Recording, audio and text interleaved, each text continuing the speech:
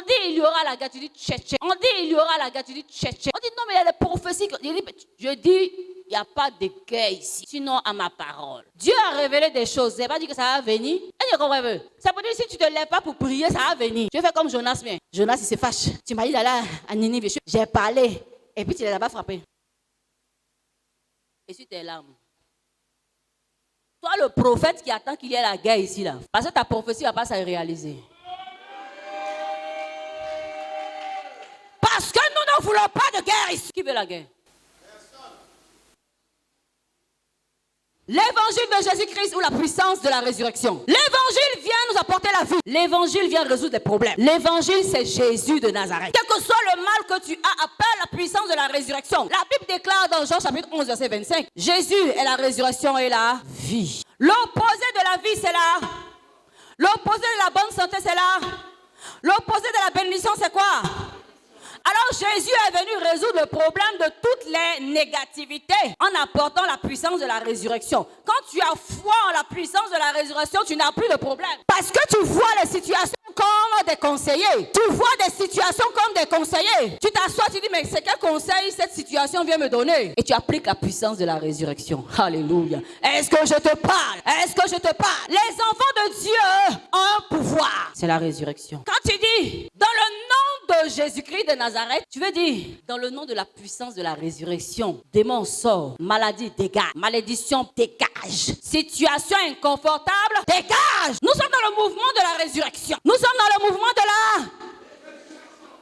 Alléluia. Quelle que soit la situation dans laquelle tu te trouves, l'ennemi est l'agent principal de la mort. Et de la mort découle beaucoup de choses. De la mort découle le chômage. De la mort découle la pauvreté. De la mort découle le non-accomplissement. De la mort découle, etc., etc. Et quand tu appliques la vie, ce qui était du mal, des ténèbres, ce qui était de Satan est obligé de partir. Que la lumière et la lumière. Quelle que soit la situation dans laquelle tu te trouves, c'est parce qu'il y a ténèbres qu'il y a problème. Tu appliques la lumière en Jésus-Christ de Nazareth et les ténèbres ont dégagé. Alléluia. Si la Côte d'Ivoire est dans ce dilemme, dans cette situation de tohu-bohu, dans cette situation de mi-figue, mi-raisin, c'est parce que les ténèbres ont pris de l'ampleur. Toi, en tant qu'enfant de Dieu, en tant que fils de Dieu, tu vas dire que la lumière de Jésus-Christ de Nazareth s'impose en Côte d'Ivoire par la puissance de la résurrection. Et le monde des ténèbres, aïe, aïe, aïe, aïe, aïe, tu n'as pas bien dit ça. Et le monde des ténèbres, il faut que tu parles. Tu es le représentant direct du royaume de Dieu ici-bas. Tant que tu ne parles pas, il y a les ténèbres. Tant que tu n'ouvres pas la bouche, le royaume de Dieu ne peut pas exécuter ce qu'il a déclaré. Est-ce que tu m'entends? Notre Père Céleste s'est levé un jour. Il a dit que la lumière, tant qu'il ne parlait pas, il y avait les ténèbres. Tant que tu ne parles pas, les ténèbres seront dans cette nation. Et qui parle de ténèbres,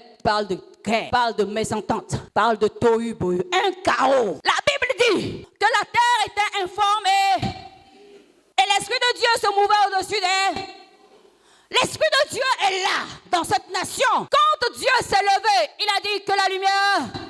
C'est en ce moment que quelque chose s'est passé. C'est en ce moment que l'Esprit de Dieu s'est mis en mouvement. C'est en ce moment que la puissance de la résurrection a apporté la vie. Est-ce que tu me suis? Crie Alléluia! Alléluia! Alléluia!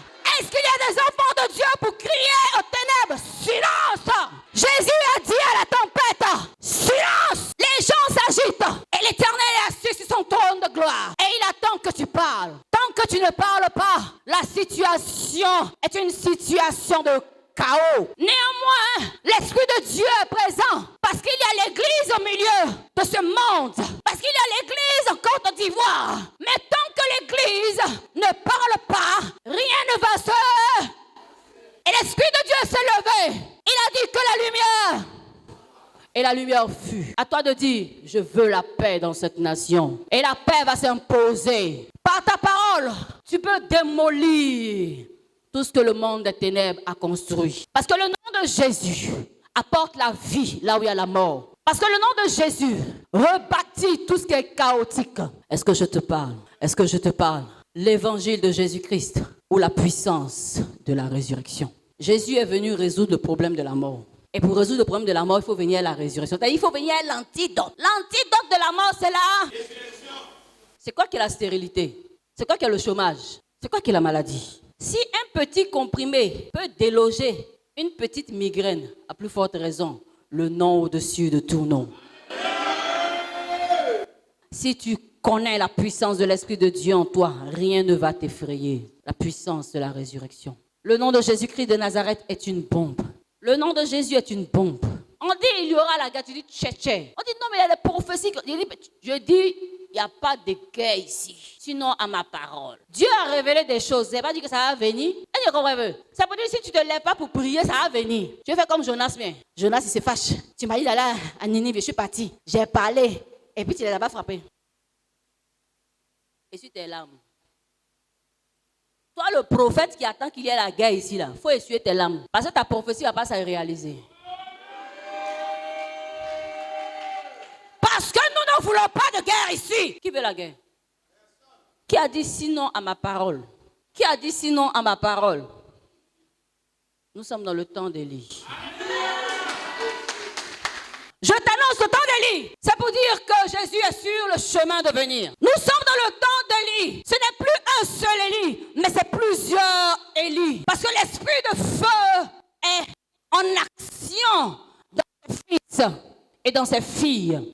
La gloire de la seconde maison sera plus grande que celle de la première.